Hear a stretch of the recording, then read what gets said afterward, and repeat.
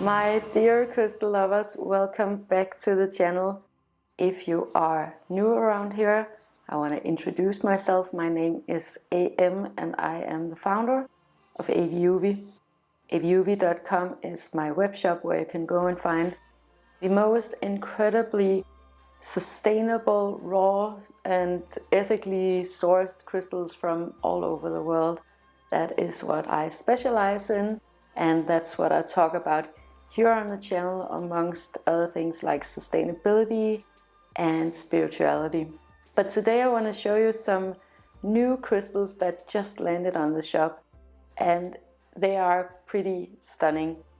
They are Swiss Smoky Quartz, and they are, well, I'm gonna talk about them a little bit later, but it's actually one of the crystals that I've had for a really long time and that I've worked with for quite a while. But first I want to show you what we did a couple of days ago, because we went to this incredible, I think, new event here in Copenhagen called Bloom Festival. And it's a science festival, very well executed in just the most successful and well executed way of combining science with nature and culture. And it really just reminded me of how much I absolutely love living in Copenhagen.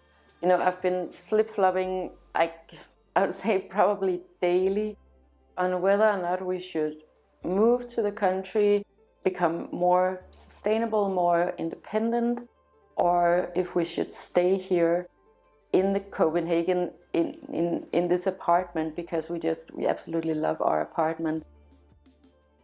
But you know, times are changing, our lifestyle is changing a little bit. Of course, we have the plant house that we can go to and you know, work the land and teach Anker all about sustainability in nature. But yeah, it's something that we've been debating on and off, I would say, at least for the last couple of years. When we have experiences like we had the other day with Bloom Festival, it just confirms so much of why we moved to Copenhagen, because there's just so much culture here. Andreas and I, we grew up in the suburbs. Where we grew up, it wasn't really rich in culture. Everybody pretty much looked the same and did the same, and it was when we decided to move to Copenhagen, it was obviously because we were very starved out of anything that had to do with culture. We traveled the world and we just consumed everything here in Copenhagen, and we still do, and we love it. There's so much knowledge and art and, I mean, academia. Everything is centralized right here in this area, and Copenhagen is very beautiful and sustainable and just a really nice place to live when you're young, but also a great place to be when you have small kids. Well, the reason how we found out about Bloom Festival, I actually just stumbled upon it on Instagram. But why we went there is because our son Anker is 5 years old, and for the longest time he has just been obsessed with an animal called a tardigrade, I think it's called in English. It's also called a water bear, and here in Denmark we just call it a bear animal. But it's not a bear, it's completely different. It's actually this little micro creature, this little microorganism, I guess you would call it. It's a very small little animal. Not the, I would say, the cutest of all animals, but definitely a very fascinating animal. To be honest, it looks quite disgusting, but it's very, very interesting. And he has just been so fascinated with this animal for the longest time. So what I found out was that at Bloom Festival, there was the leading scientist in bear animals, or tardigrades. I think that's how it's pronounced. In any case, there was this leading scientist giving a talk all about tardigrades, and she knew everything about them. That was like her main specialty. She talked all about it, and she showed some different images of this creature, and you could watch it under a microscope. So of course we wanted to go there with Anker, even though it wasn't intended for kids, but he definitely was very engaged in everything that was going on. So that's how we found out about Bloom Festival. You can go around in your daily life here in Copenhagen and not look in any direction, but honestly, you could do something exciting here in Copenhagen every single day, something new that you haven't ever heard about. And that's what I love about being here. So I'll just shortly give you an introduction into tardigrades. What is so fascinating about these creatures is that they have about a lifespan of 60 days. However, they can go into dormancy, just shut off the life for 30 years. Let's say that you have a 10-day-old tardigrade and it finds itself in a drought, for example, or some kind of condition where it doesn't really thrive. It can just pause its life for 10, 20, 30 years and then wake up again whenever there's water again or whenever there's some kind of condition. And they found these creatures in volcanoes, and you can take them to outer space, and you can basically like do whatever with them, because if the conditions are not right, they will just pause life. And the reason why everyone, apparently because we thought it was only us, but because so many are interested in this animal, is because it's just so different from anything else that we have here on Earth. And the idea of just pausing life whenever the condition is not right is just really fascinating. Yeah, so that was just like a short introduction. There's loads of things about tardigrades that's interesting. Like I could go on and on about it, because now I know a little bit about it. But that's not what this vlog is about. It is of course about crystals, sustainability, and spirituality. But I love when science and spirituality intersect. I think crystals are just the perfect examples of that. So the event Bloom, the Bloom Festival, I'll just leave a link below so you can go and check it out. They actually have just an awesome website and Instagram, and everything just is so perfect. But it was held in one of the big parks that we have here in Copenhagen, where different artists had put up various structures, and there was lots of lovely food. I think actually it was mostly or exclusively vegetarian food. And what else? Oh yeah, there was music, so you really did get this festival vibe from the place. And then of course there was lots of science talks about lots and lots of interesting things.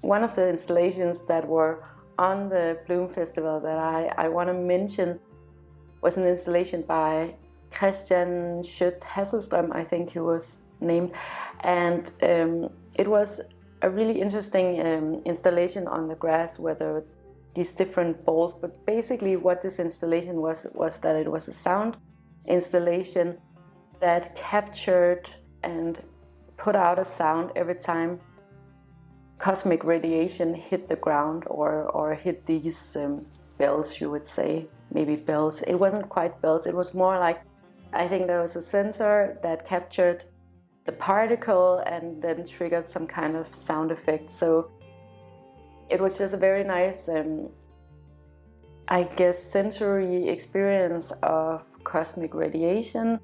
I would love to have something like that in my home. I think it's absolutely awesome. I I've thought about like maybe even doing a whole video just on cosmic radiation, because it is so cool and it's very tied into crystals too as well. So let me know in the comments if you want me to talk about that.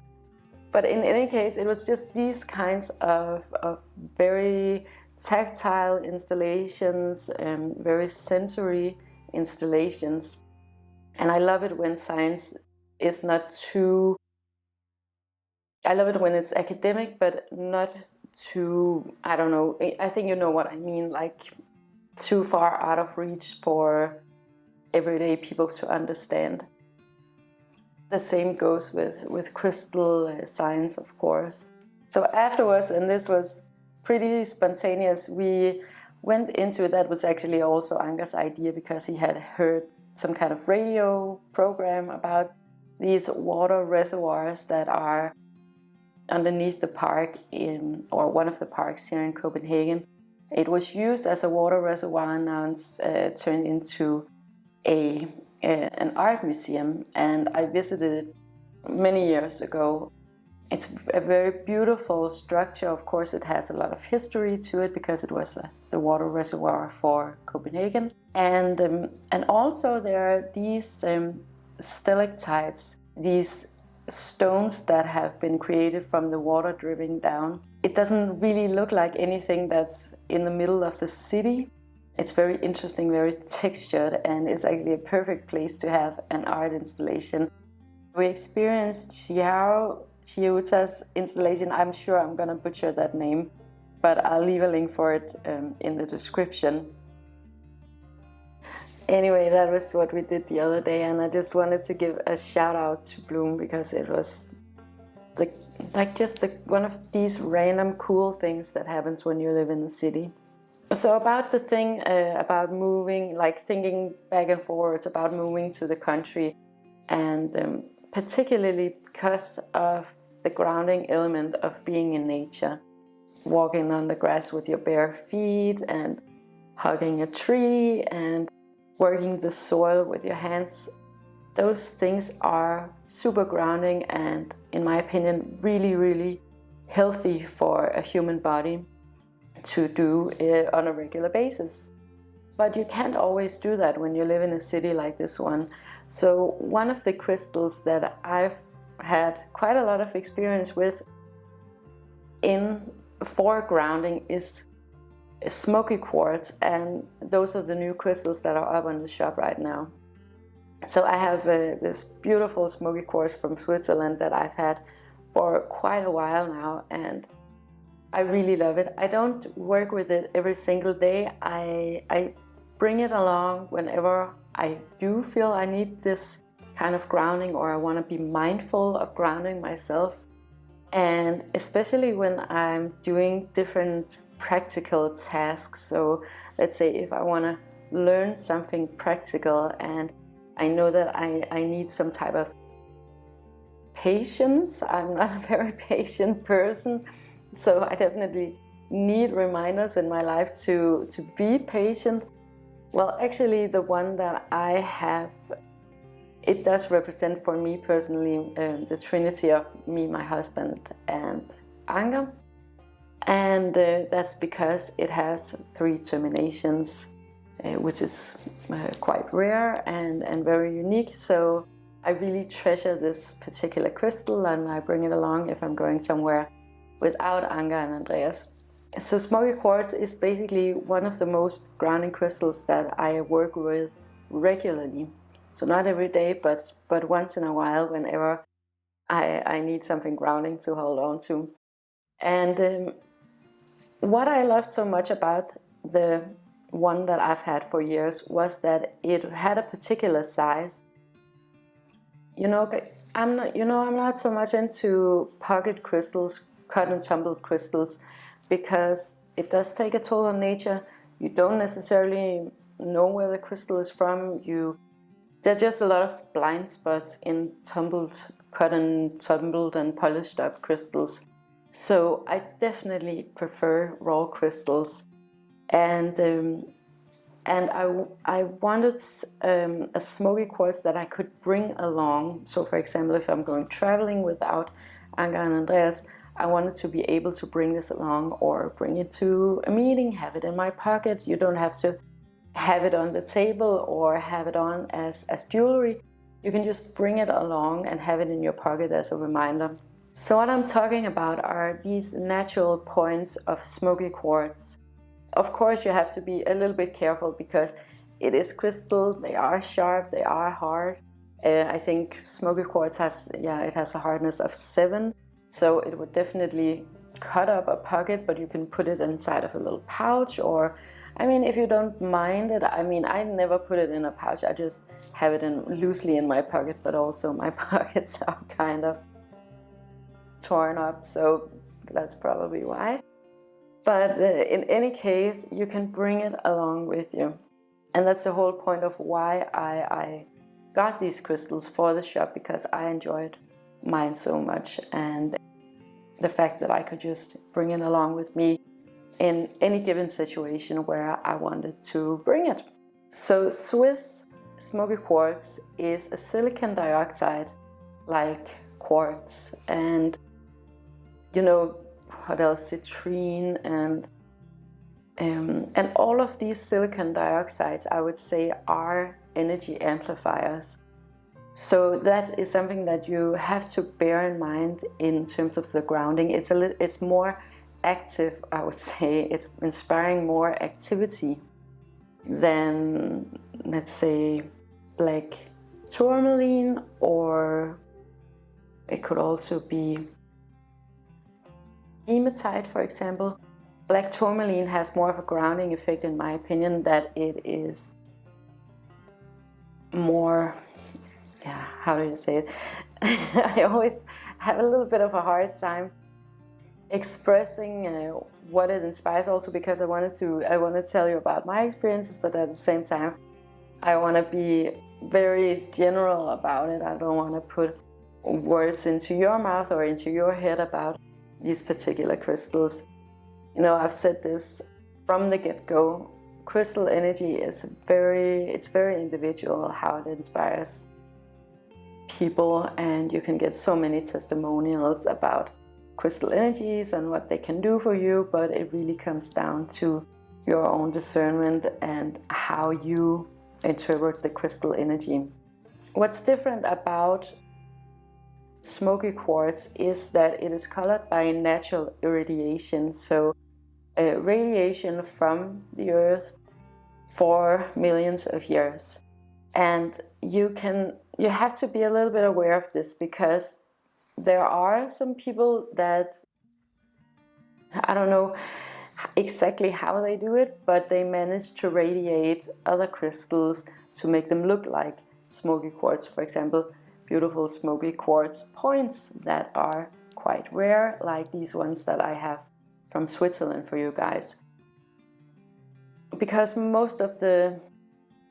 these from Switzerland, they're super clear, they're very, very beautiful, but you have to be, if you don't want to buy these, then please at least be aware that you don't get crystals that are radiated with one thing or another. I'm not sure that that's healthy, but yeah, if you want to know more about this stuff, I suggest that you Google it. And I also have a video called, I think, the 10 worst crystal trends, where I show you guys what they look like, because you can get them in a lot of places. So just be aware of that. But anyway, smoky quartz, they come in so many different hues and saturations and different qualities. So you can't really say that it inspires one particular thing. For me, these from Switzerland are quite different from the ones from Germany, for example. Again, you have to kind of feel into it, what it inspires, and look through the photos at least, so you get kind of a sense and a feeling about what it might inspire in you. What I love about these smoky quartz from Switzerland is that they have the most amazing landscapes inside. And you can see that because they are super, super clear. And I mean, that's just one of the things that has fascinated me with Swiss Smoky Quartz is the clarity. And another thing is that a lot of them have these amazing striations, natural striations on the side. And what they are good for, in my experience, is either for meditation, where you run your thumb over them, or for having in your putty in your pocket, and you can run your finger over the crystal in your pocket. It's very calming and again very grounding. So that's definitely a recommendation for me. Then you have a lot of rainbows and record keepers and these incredible expressions of the crystal. So what I love about raw crystals is that you can actually see how the molecules have formed the crystal over millions of years. It's really a very stunning and unique type of intelligence it takes to form these crystals. And that's what you want to tap into when you work with crystals, of course. A natural wonder to actually have around and to have near you, and especially if you live in the city like we do. Crystals are so amazing for reconnecting you with nature. It's just very instantaneously. So as always, I highly encourage you to fill it out for yourself, to test out what works for you. This is not a competition. It's not like one size fits all. It is you getting used to feeling into these more subtle vibrations. That is one of the most amazing things for me with crystals, is how it trains your discernment, how it fine-tunes those more subtle vibrations, and you can really get a practice going, which makes it so much easier to make the right decisions for yourself in any other situation in life. I think it's such a wonderful daily practice to have a very, I would say, easy way to actually incorporate spirituality into your daily life and mindfulness into your daily life. But that was it for today. Thank you so much for watching. If you enjoyed this video and would like more of this type of content, please make sure to like, share and subscribe. It helps me to know what you want me to talk about, and it helps others to find this content if that is what they're looking for. I hope that you'll have the most wonderful day with lots and lots of love to you and yours.